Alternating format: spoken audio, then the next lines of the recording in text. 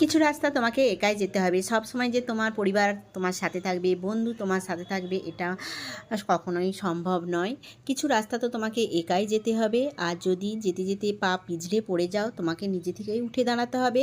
কারণ নিজের পায়ে যতক্ষণ পর্যন্ত শক্তি আছে ততক্ষণ পর্যন্ত তোমাকে দৌড়াতেই হবে, ক্লান্ত হলে চলবে না।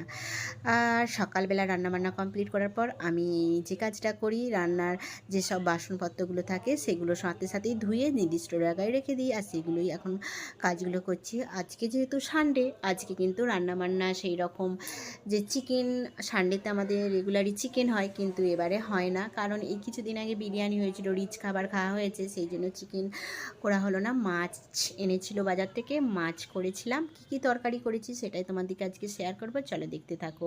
এখানে আছে ঢ্যাঁড়সের ঝাল, এখানে আছে কচুর ডাঁটা, এখানে আছে ডিম ভাজা, আর এখানে মাছের ডিম, যেহেতু এখন মাছ সব ডিমের মাছের ডিম হয়ে যাচ্ছে। আর এখানে মাছের ঝাল করেছি, আর ডাল করেছি, আর এখানে আলু ভাজা করেছি।